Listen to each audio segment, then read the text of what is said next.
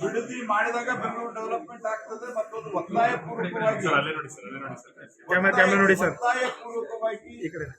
ಜನರ ಒಳ್ಳೆಯ ಭೂಮಿಯನ್ನ ಕೃಷಿ ಫಲವತ್ತಾದ ಭೂಮಿಯನ್ನ ಕಸ್ಕೊಂಡೆ ಮಾಡುವುದು ಅಂತಲ್ಲ, ಮಾಡದಿದ್ರು ಸಹಿತ ಜನರನ್ನ ಹೇಗೆ ಮನವೊಲಿಸುದು, ನೀವೇನ್ ಬೇಕಾದ್ ಮಾಡ್ರಿ, ನನ್ನ ಕಡೆ ಪೊಲೀಸ್ ಫೋರ್ಸ್ ಇದೆ, ನಾನು ಮಾಡಿ ತೋರಿಸ್ತೀನಿ ಅನ್ನುವಂಥದ್ದು ರೀತಿನ ಇದು ಪ್ರಜಾಪ್ರಭುತ್ವನ ಇದು. ನಾನು ನೀವು ಹೆಂಗ್ ಕೊಡೋದಿಲ್ಲ ನೋಡ್ತೀನಿ ಅನ್ನುವಂಥ ರೀತಿ. ಆನಂತರ ಯಾವಾಗ ಜನ ರೈತರು ತಿರುಗಿ ಬಿದ್ದರು, ಈಗ ಇಲ್ಲ ನಾನು ಒತ್ತಾಯಪೂರ್ವಕವಾಗಿ ಭೂಮಿ ವಶಪಡಿಸಿಕೊಳ್ಳುವುದಿಲ್ಲ, ಯಾಕೆ ಜನರ ಜೊತೆಗೆ ಮೊದಲೇ ಮಾತನಾಡಲಿಲ್ಲ ನೀವು? ಅನೇಕ ರೀತಿಯ ಸಲಹೆ ಕೊಟ್ಟರು, ಯಾಕೆ ಸ್ವೀಕಾರ ಮಾಡಲಿಲ್ಲ?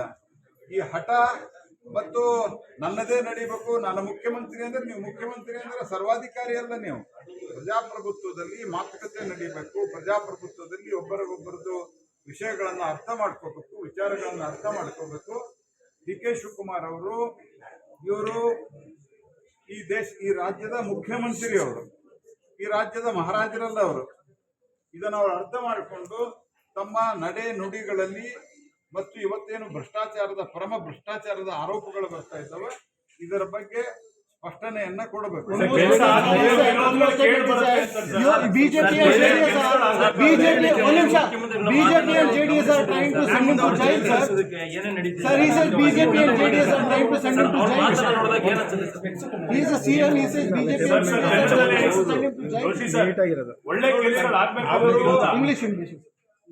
ಅಲ್ಲ, ಮೊದಲು ಕನ್ನಡದಲ್ಲಿ ಅವರು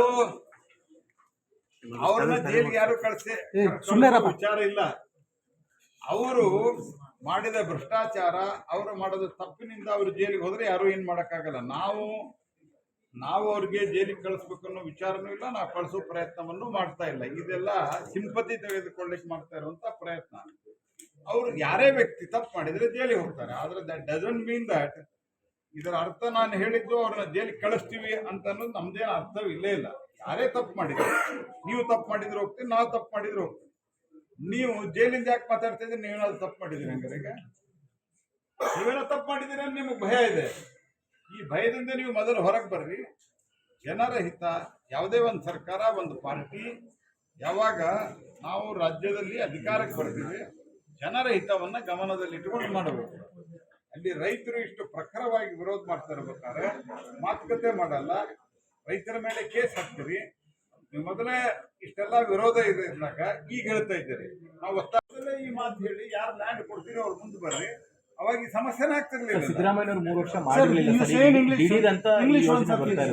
ಅಲ್ಲ, 3 ವರ್ಷ ನಾನು ಈಗಾಗಲೇ ಆ ಪ್ರಶ್ನೆ ಕೇಳಿದೆ, ನೀವು ಕೇಳಿಸ್ಕೊಂಡಿಲ್ಲ ಅಂತ ಕಾಣ್ತದೆ. 3 ವರ್ಷದಲ್ಲಿ ಸಿದ್ದರಾಮಯ್ಯನವ್ರು ಯಾಕೆ ಮಾಡಲಿಲ್ಲ? ಸಿದ್ದರಾಮಯ್ಯವರು ಇರ್ಲಾರ್ದಂತ ಆಸಕ್ತಿ ನಿಮಗೇನಿದೆ?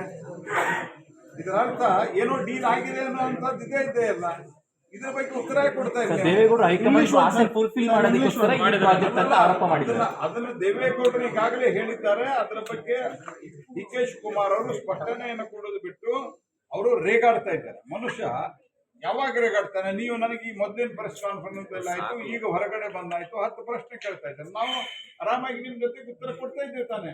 ಯಾಕೆ ಅವ್ರಿಗೆ ಕೊಡಕ್ ಆಗ್ತಾ ಇಲ್ಲ? ಯಾಕಷ್ಟು ರೋಷ, ಕೋಪ, ರೋಷಾಗ್ನಿ ಯಾಕೆ ಹುಟ್ಟಿ ಬರ್ತಾ ಇದೆ ಅಂತಂದ್ರೆ, ಮನುಷ್ಯ ಯಾವಾಗ